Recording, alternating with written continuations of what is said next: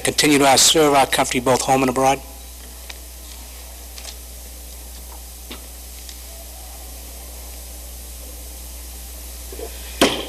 Thank you. Please remove any hats and put your cell phones on vibrate or turn off for the duration of the meeting. Thank you. Clerk will call the roll. Councilor Anderson. Here. Bucci. Here. Christensen. Here. Condon. Here. DePietro. Here. Fallon. Here. Kinnon. Here. Murphy. Here. Nestor. Here. Spatafora. Lucy. Here. First order of business. The Standing Committee on Finance, term was referred paper number 310, series of 2010, having considered the same, make the following report.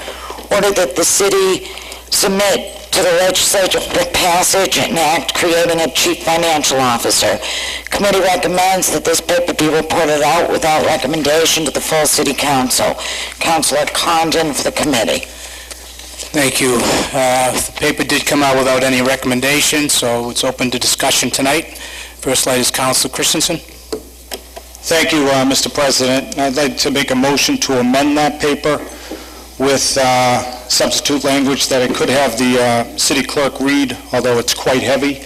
If you want, we could just do the summary, whatever your pleasure, Mr. President. If the summary says it all, we can go with the summary.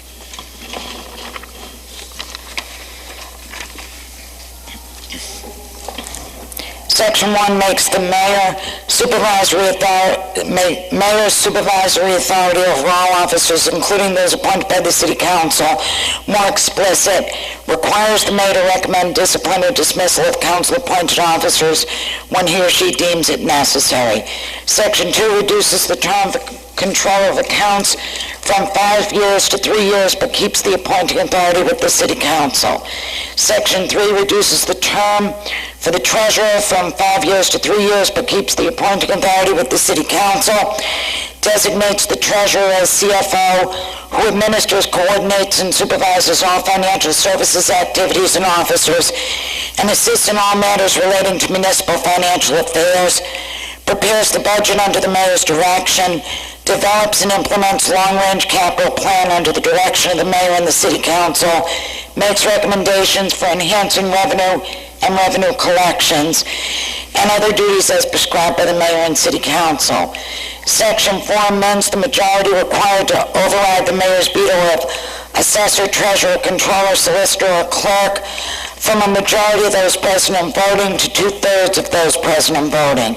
Section 5 confirms the present term of the present controller, and Section 6 makes the act effective on passage. Thank you. Councilor Christensen. Yeah, I think that pretty much says it all, Mr. President. Just a way of recap, we've been at this for a couple of years now. I think it's been a long-term goal of the City Council, and I know there's been debate on both sides, but the reality of the situation is that it requires 8 votes to pass, and the plan that was originally put together doesn't have those 8 votes. So this is an attempt to try and get to where we need to be in order to, stay with the goal of this body from, a couple years back, and that is the need for someone to oversee our financial operation. The days of, having someone or having multiple people on the same plane just isn't going to cut it. And so I think this achieves everything that we've set out to do around the well. So I would ask, the support of my colleagues. Let's give this a try. And we do have the commitment of the administration to give it a try. We have the commitment of the Department of Revenue to give it a try. And let's see where it goes. Thank you, Mr. President. Thank you, Councilor Christensen. Any discussion?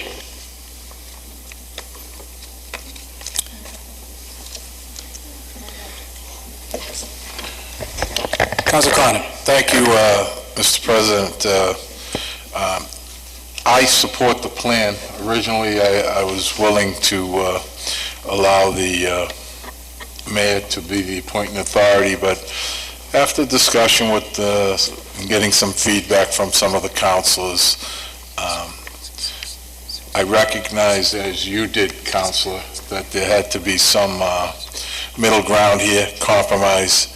I think the way you have it here, it satisfies a lot of the members' concerns.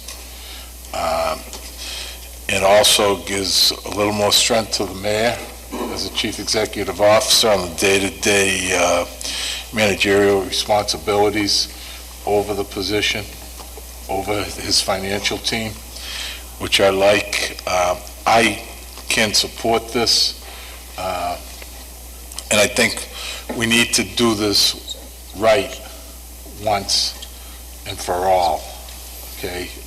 To me, we started out on a path to have a CFO and a treasurer try to absorb a position financially, so we've accomplished that goal with this. And you have somebody overseeing the financial operation and there'll be some accountability here. So I know you did a lot of work on it, Councilor Christensen, and I, for one, will support you on this. Thank you. Thank you, Councilor Condon.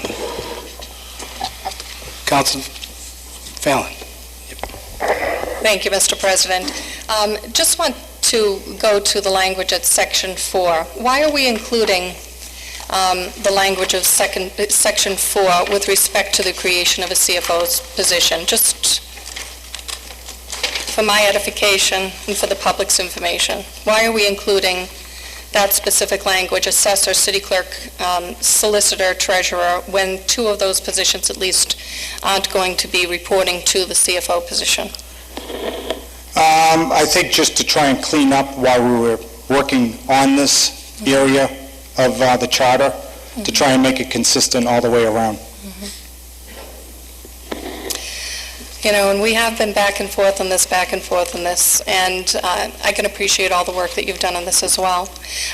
Just for me, I would be for this if we were putting the citizens' agenda really ahead of our own as a body and having this go to a ballot. I really feel that this is a significant charter change, and I believe that the citizens have the right to vote on changing this, where we're changing our system. So that's really, how I feel about it. We've been, as you said, talking long, over and over and over again about this, but I really do feel that this is something that the citizens have a right to vote on, and I think we should be presenting this as other legislative initiatives, going via home rule petition and trying to get them on the ballot, which you did in another instance. I think we should be doing the same here. Yeah, the only difference is, Councilor Fallon, we definitely thought long and hard about what you're saying.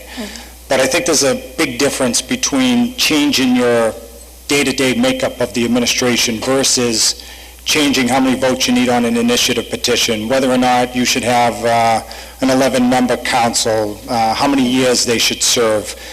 Those are changes that I would agree with you should go to the ballot. But as you know, the world has changed forever. And, for us to constantly try and, put administrative changes on the ballot, I think just is not the direction we can go or should go today. So, I think you have to look at the charter, you have to look at each section on its merits, and I may be wrong, but I just have to assume that I think most people, leave to us the administration of the day-to-day running of the government. But if you're changing the, makeup of the government, or, ballot petitions or initiative petitions or some of those things that are really sacred, then I would agree that those should be on the ballot. And I do appreciate that. You and I disagree on this. To me, this, as I've mentioned before, our charter, our governing instrument, is the equivalent of a constitution, and I think that it really needs to go to the public. I don't see really, we have, should this motion fail, by the way, had put on the docket last week that I'd like to move the body to hire a treasurer. And, to me, a lot of talk has been communicated in that the system failed. and that's why we're rushing to do this. And I don't happen to think that a system that we've used for over 100 years failed. I think that was a theft, and that we each have a responsibility, a fiduciary responsibility, we can work with the current system to ensure that it does work as it had previously. Again, I don't think it's a bad idea, Counselor, at all. I think that the CFO position is not a bad idea. I just think that the public should have a right to vote on this particular issue, again, because I consider the charter to be a sacred governing instrument, and any significant change like this, I feel really should go to the citizens for a vote. So. Yeah, just on the other point, Mr. President, I'm sorry, but I think our Chairman of Finance, I thought, stated it pretty clearly that not to do anything, we're just right back where we started. I think the people have expectations for us to take action after what happened in our Treasury. And I can't think of a better action to take than streamlining and reorganizing, our financial operation of the city. So, my experience as well, serving as a budget director, I can see the impact of having someone, a sole person, at the top of the pyramid to be able to answer those questions when we have them, when the administration has them, because the current structure, which has led us to where we are tonight, has been that everybody on the same plane. So when you ask someone, as the assessor, the assessor may say, I'm going to send you over to the controller may send you over to the treasurer, they may send you both back to someone. So there isn't a clear line of authority. And I think that's what the attempt here is, to have that. And it's part of the Department of Revenue recommendations, that we received just recently. So, yes, and you may agree with all those recommendations. I don't happen to. But there is a chief fiscal officer of this community, and that is the mayor. So I think that that's an additional, that's oversight here. I understand what you're saying. I do, and appreciate it. But I think that, again, the CFO position isn't a bad position if it's going to the public for a vote. That's all. Okay, thank you, Councilor Fallon. Councilor Nestor. Thank you, Mr. President. Check your phone. Thank you, Mr. President. I just wanted to say a couple items here. I want to commend Councilor Christensen for putting this paper forward. I was a big proponent of this. There's a number of us here that work in the financial industry in one function or another, and it's probably, in the securities industry, probably one of the most highly regulated industries in the country, possibly in the world. And there's checks and balances and double crosses and multiple people looking at the same items over and over again and signing off on different items. What we had in the Treasurer's office was a wholesale failure because there were no checks and balances. I agree with Councilor Christensen that we need a structure in place, a supervisory structure in place, so there is a chain of supervision and chain of accountability, which currently is not the case now. We saw that when it was left to the council to make a decision, try to get 6 votes, and they couldn't do it. No matter what you say, it was a wholesale failure within the department, complete wholesale failure.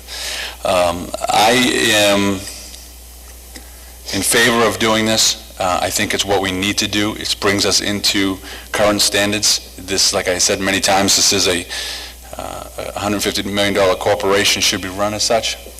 I'm uncomfortable with the language in it right now. I don't think it goes far enough.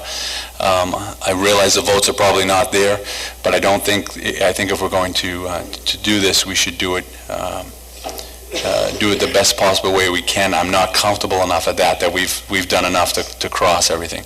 There will be thefts. There's thefts happening everywhere, but the wholesale failure here was that it wasn't caught right away because there was no accountability and no cross-references and no direct line of supervision. This adds some of it.